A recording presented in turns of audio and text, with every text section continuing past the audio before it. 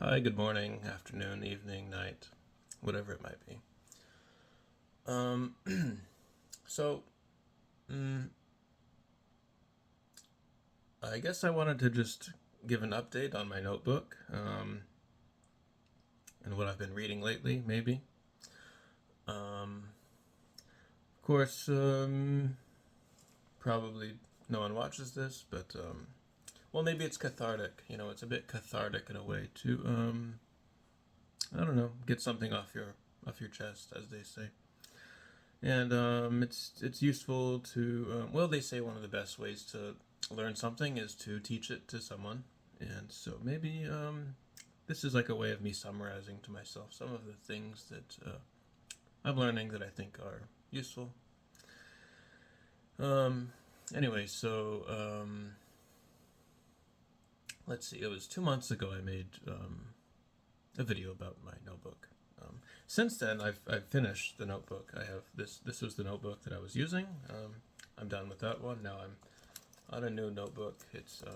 I'm only maybe 6 pages in or something, but I've decided to make an index. So basically, on the basically, you're writing in a regular way, and you have these last few pages, and so it just thought it would be useful that I just flip it upside down, and it's basically like a table of contents or index or whatever you might call it. I guess it's not an index; it's a table of contents. But anyway, so yeah, I just write down like for each day what were the books or things that I was taking notes on.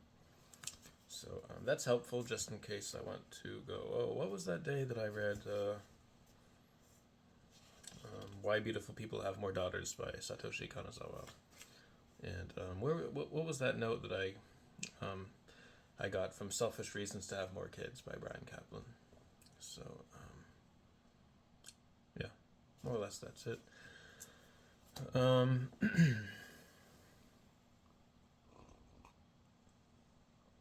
so, it's been 2 months, and honestly, I've not done a lot of reading. The reading I have done is not particularly like productive. Like I haven't been really taking notes. Not really. Let's see. So using my table of contents. Let's see. So in the last month, basically, I started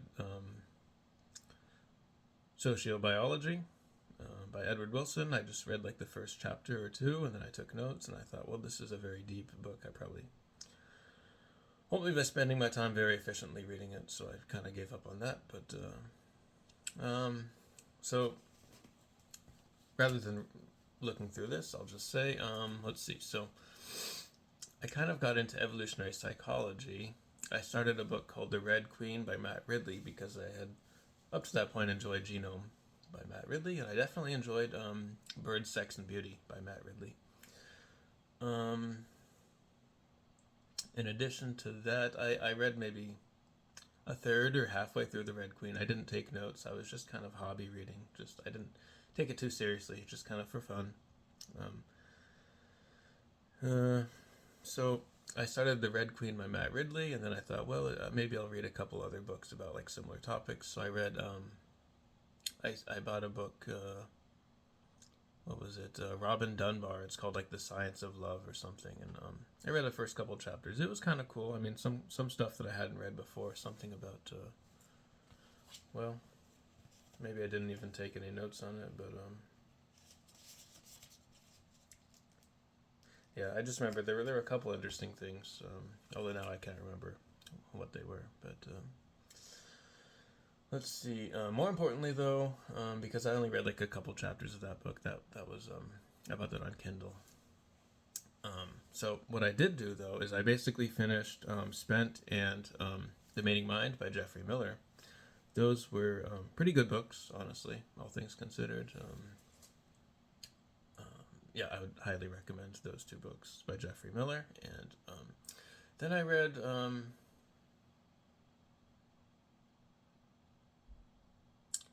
well, I finished Why Beautiful People Have More Daughters. Yeah, Why Beautiful People Have More Daughters by Satoshi Kanazawa. That was I read that in like 2 days. That was, or maybe it was more than that, but I really read through that very quickly. I loved that book. That was an amazing book. I read, so after Geoffrey Miller, I read The Case Against the Sexual Revolution by Louise Perry. That was also a pretty good book. I would recommend that. And I'm like halfway through, maybe a third of the way through, The Two-Parent Privilege by Melissa Kearney. I should have read that years ago, but I never got around to it really. But I'm kind of reading through it now. And then I found this old book. Well, actually, maybe I ordered this years ago, but this is a pretty good book right now. I'm reading through it. Women by Natalie Angier. Kind of like the biology. Well, I'm about a third, maybe half of the way through. About a third. Mostly it's like biology, some different theories about anatomy, female anatomy, things like that. It's interesting. It has a bias. It doesn't. So far, the author doesn't really like evolutionary psychologists, so I kind of take some of it with a grain of salt, but it's good nonetheless.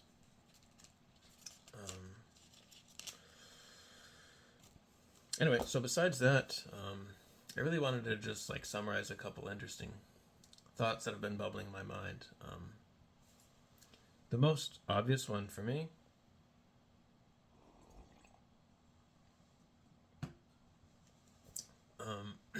that kind of like impacts me, or at least I feel that it impacts me. I could be wrong about it, but well, I mean, you can't be wrong about something that is so easy to verify.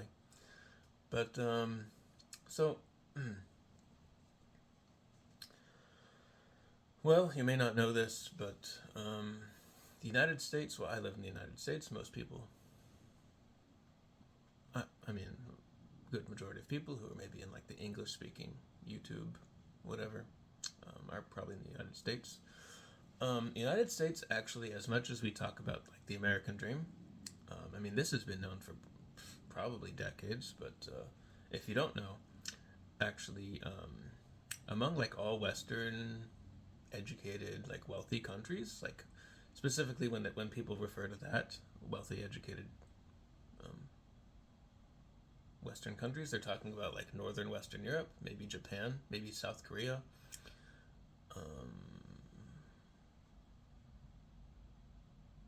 Australia.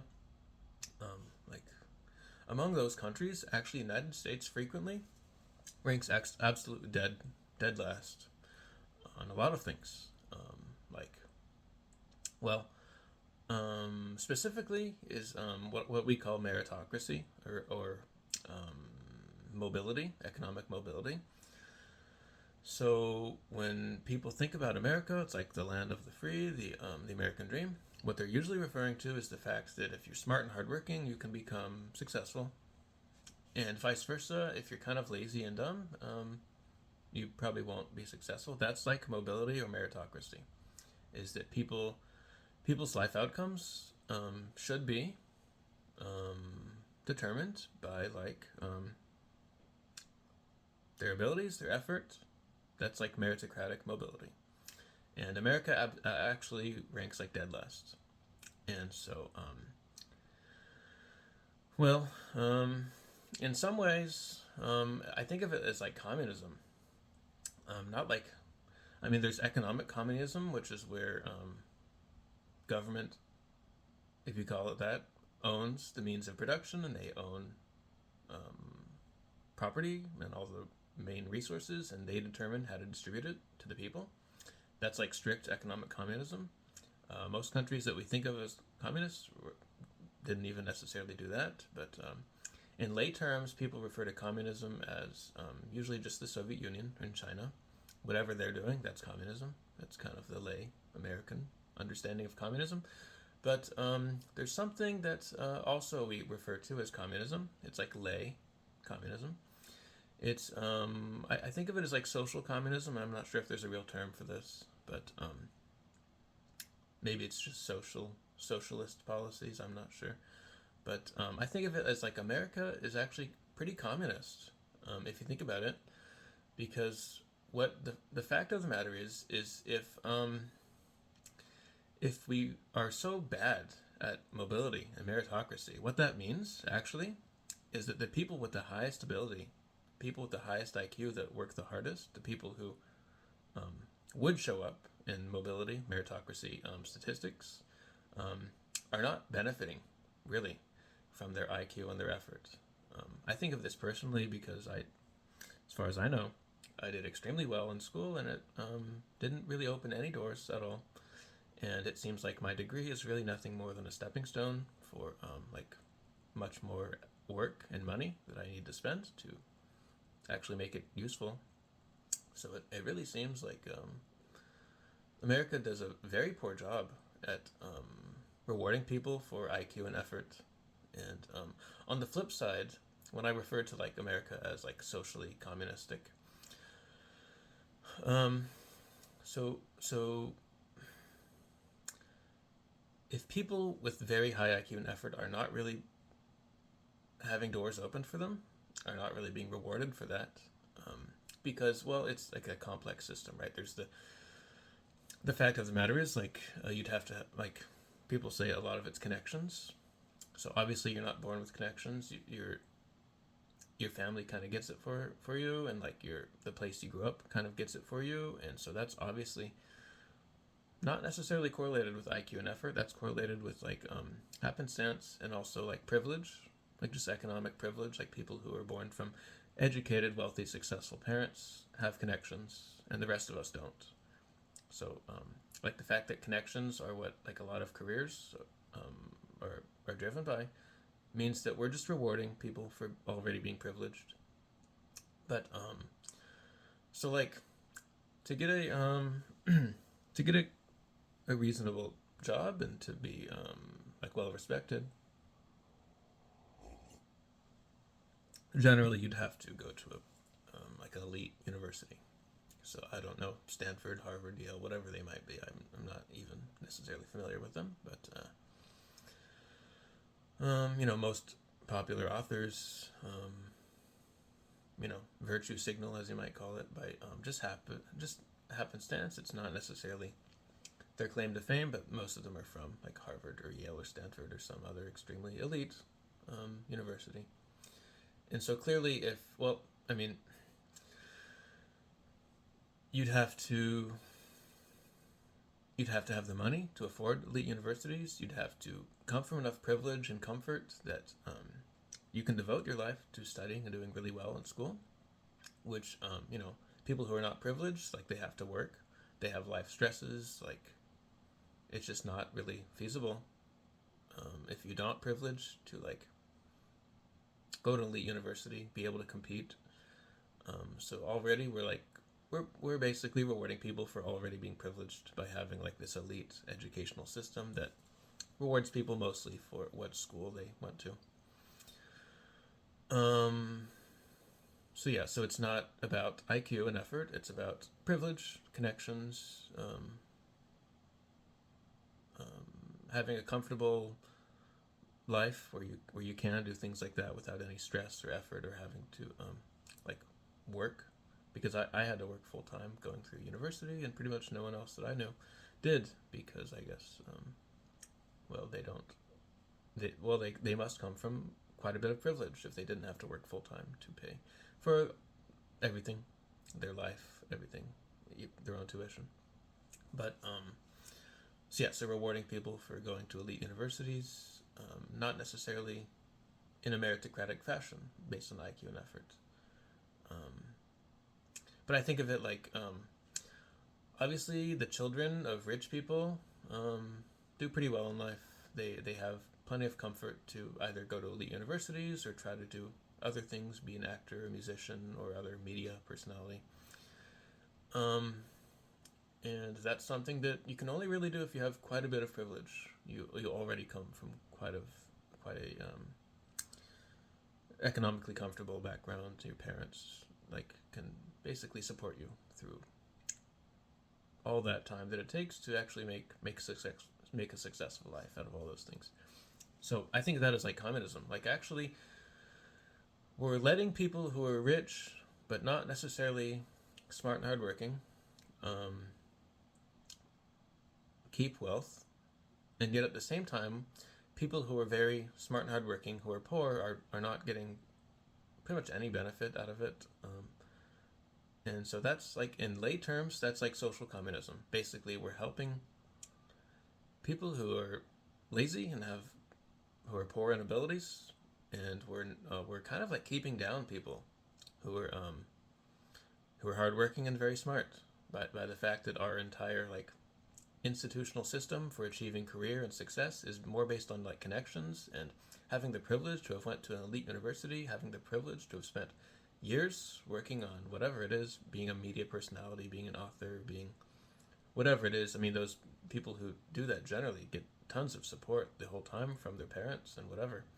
They don't, I mean, if you work full time, it's just an opportunity cost of like your energy, your time. You just cannot really compete in all these things that we reward in terms of like career and status. So yeah, to me that's just like social communism. Is we're basically keeping down people with high abilities, and we're helping up people with poor abilities. And it just so happens to be that the people with high abilities are poor generally, and the people with low abilities are rich. And well, at least that's how I think of it. And yeah, so you can just Google like rank countries by mobility or meritocratic mobility, and United States ranks absolutely dead last. So in terms of that, yeah, I just cannot get that out of my head. It just constantly frustrates me that being smart, being hardworking, reading lots of books, having a college degree is kind of worthless if you don't have the connections, if you don't come from an elite enough university, if you're not privileged and comfortable enough to like spend all your time working on a career or a PhD or all these other things. It's really, we're rewarding people for already being privileged and comfortable, not necessarily for their IQ and their effort. So to me, that's communism. That's yeah.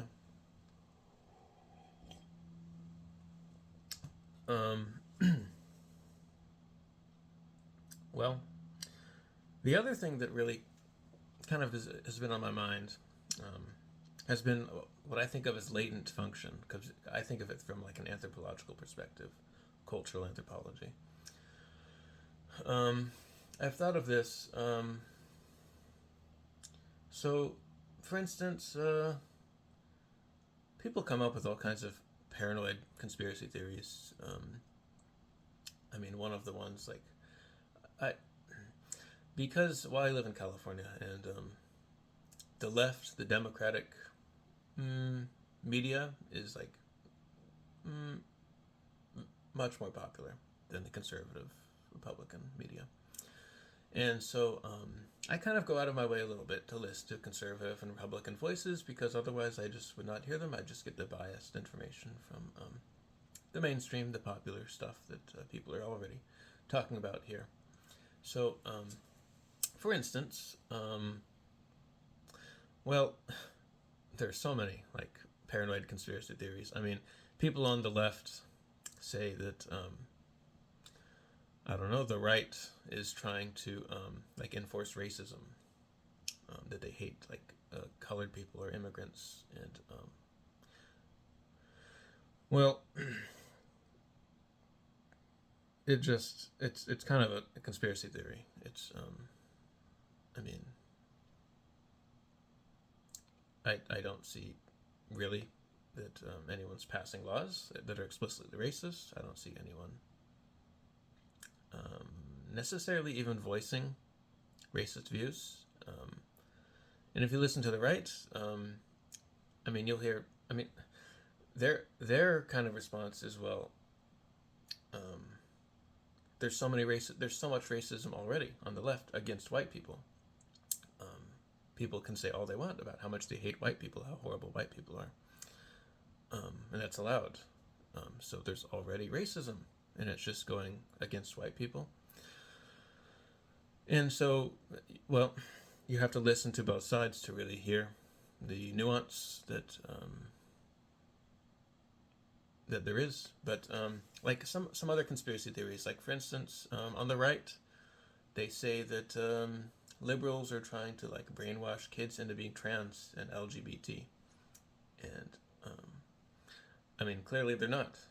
Clearly, except for the people who actually make it on the news, like the vast majority of people on the left are not trying to convince their kids to get gender reaffirming surgery or something. They're just normal. So yeah, so there's a lot of conspiracy theories. One that I've heard lately is that Israel Israel basically controls the United States. Is that I don't know the details. I've never even looked into the conspiracy theory, but you hear it a lot on comments or YouTube or whatever. That essentially, yeah, Israel runs the United States, and that's why we're going to war against Iran. That's like a conspiracy theory. Another conspiracy theory that, well, the main reason I'm bringing this up is because of this conspiracy theory specifically. There's a conspiracy theory that Jewish people run the media. And there's a second layer to that maybe people aren't even aware of who believe in the first conspiracy theory. But and this all ties into latent function, what I'm calling latent function. Michael Shermer, who I've listened to quite a bit in the past, he calls it symbolic truths. But anyway, so the second layer to this conspiracy theory about how Jewish people run the media is that, and some people, even Jewish people, like Jewish intellectuals, kind of jokingly talk about this, that Jewish people are trying to like brainwash or screw over the Gentiles, the non-Jews. And like Diana Fleischman, I think it was her, she always jokes about like all her work in evolutionary psychology. She'll just like joke, like, well, actually, I could be telling you all these things only so to screw you over, because then you'll like make bad life decisions, and I'm just screwing you over because you're a Gentile and I'm Jewish.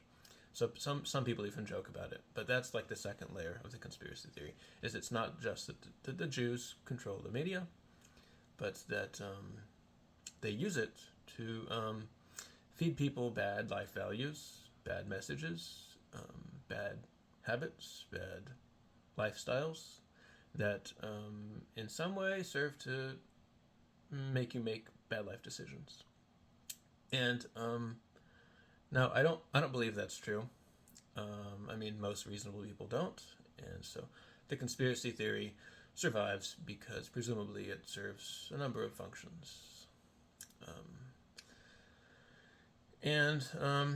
I asked ChatGPT this to try to get like, how creative is ChatGPT? Is it creative enough to realize like some of the latent functions this might be serving? And it does give a few, some that I didn't even really think of.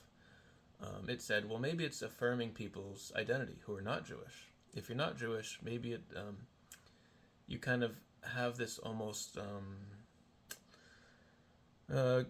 maybe you wouldn't call it group bonding, but this like affirmation of your identity by having these conspiracy theories that you share in these conspiracy theories, and it serves some function of affirming that you're not Jewish and that you're working together as the same team, not the same team as the Jewish people. And it said something else about I don't know. I barely even paid attention because it wasn't necessarily what I was thinking of. But what I think of when I think of like some of these conspiracy theories, and I think of latent function, I think of how it affects your lifestyle. So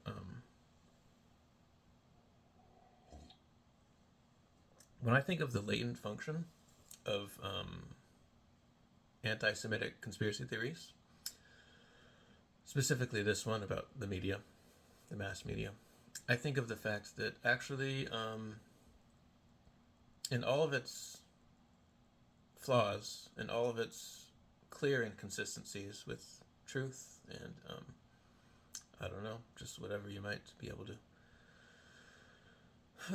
attain from learning about the media. Um, for all the evidence against the fact that this conspiracy theory is true, it actually serves a pretty important function. Um, because what I think of is I think of the media as well. What was the book? You read it in middle school or something. Something about a small disabled kid and a large kid who's like mentally disabled or something. And the smaller kid, he always said, television is the opiate of the masses. And certainly that's true. Certainly in like strict opportunity cost, like economic terms, but also in like a lot of other like psychological, social psychological, maybe even like in terms of like evolutionary, like supernormal stimuli, evolutionary hangovers. It's just the case that watching a lot of movies, watching a lot of TV, maybe listening to music is kind of like wasting your time and effort, kind of like satisfying some urge that you have to socially conform, to be in a social situation, and like the media kind of like tricks your brain into thinking that you're actually in a social situation when you're just watching TV. That was like the last couple chapters of Supernormal Stimuli by Deirdre Barrett basically said that, like, actually when you're watching these TV sitcoms, your brain is basically telling you, here are like these really attractive, funny, cool friends, and you have them because they're right in front of you talking and having fun. And your brain almost thinks that like you're in there, because otherwise, I mean, what are you really getting out of watching TV? So in like strict opportunity cost terms, I mean, you could be reading books, you could be working, making money, you could be pursuing any number of more directly useful things, more directly social things. And maybe it is a bit of a paranoid thing, but I really do think that the culture and the values that mainstream media teaches you are very poor. They really do serve to, well, I can't even think of like examples, but I listen to music at work all the time. They just play music, and it's always the like values that are being asserted in the music. It's usually like having fun. It's talking about enjoying life, having fun.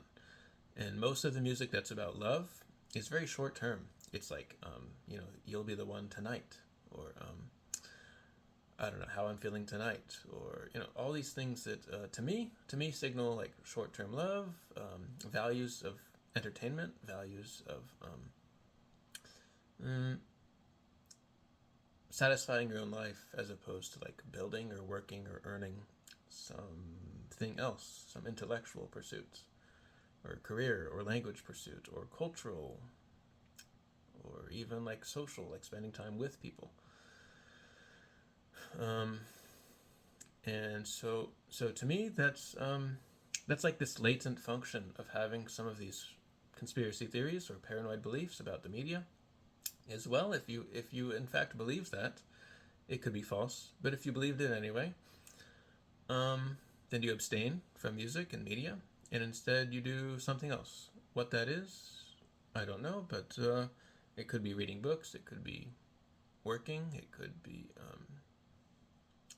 getting air outside, it could be any number of hobbies that are in fact like way more useful and way more meaningful in terms of your life than consuming media. And so yeah, so it's just it's clear to me, because I guess just of my values, my perspective, and the books that I've read, that mainstream media is just teaching you very bad values, and they're telling you to enjoy your life and to live for the short term rather than to have more intellectually driven values, to have more, I don't know, just higher brow values, and that having this conspiracy theory, like it serves that function. It basically tells you, well, just abstain from all the mainstream media, and only only indulge in something that's a little more personally relevant and personally meaningful. So, yeah, so those are the two main ideas that that's been bubbling in my head. Is that America is socially communist, and that some of these like anti-Semitic conspiracy theories, like paranoid conspiracy theories, could in fact be serving a lot of latent functions. And that's one of my criticisms of, I never read the book, but I've heard the interviews a dozen times, of Gad Saad's book, The Parasitic Mind.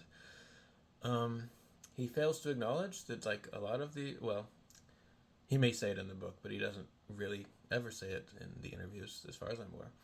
But he has these, the parasitic mind is all about how we have these beliefs that are false, or maybe they're unfalsifiable. But either way, they serve to, not help you directly. They make you believe strange things. The parasitic mind. Well, he mainly refers to, I think, like woke ideology, and I honestly don't even know. I forget. It's been years since I listened to the interviews about that book. But I was always thinking, like, in the back of my head, like, actually, a lot of these beliefs have a lot of latent functions. A lot of them. And you have to, evolution and like social evolution, mimetic, like the original term of meme, like just ideas that find ways to proliferate in people's minds and culture. Memes, like it's not necessarily the case that we're analyzing memes for like the direct, explicit truth. It's more the case that they just bubble around, and they reinforce each other, and it's like this emergent quality. Like they could be serving a function. We don't know. You would have to like analyze it quite a bit. And a lot of culture is like that. It's just emergent. It's just random variations, and whatever happens to work happens to work. And it's over only after the fact that we kind of look back and say, well, this cultural belief kind of served this function, and this cultural belief kind of served this function. But in fact, it's like this emergent thing that it's hard to even identify which functions, and even then, you're probably missing quite a bit. But so a lot of these like strange beliefs probably serve a lot of latent functions about reinforcing identity or about shaping your lifestyle and your values. That's what's most meaningful to me, is if you have these paranoid conspiracy theories, they could be false, but if they shape your lifestyle and your values in such a way that you actually live a more meaningful life and you're more productive, and maybe you abstain from a lot of mainstream culture and cultures that contradict what you personally would have some life fulfillment from, then you should abstain from those. And if having a paranoid conspiracy theory serves that function, then then it would seem to serve that function. Anyway, so that's about it. I read halfway through like half a dozen books. I finished the two Jeffrey Miller books. I finished The Case Against the Sexual Revolution. I finished Why Beautiful People Have More Daughters, and honestly, that's such a great book. That's Satoshi Kanazawa, I really wish he would have written more books. I wish he will write more books, because those are like some of the two most interesting books I've read in a long time.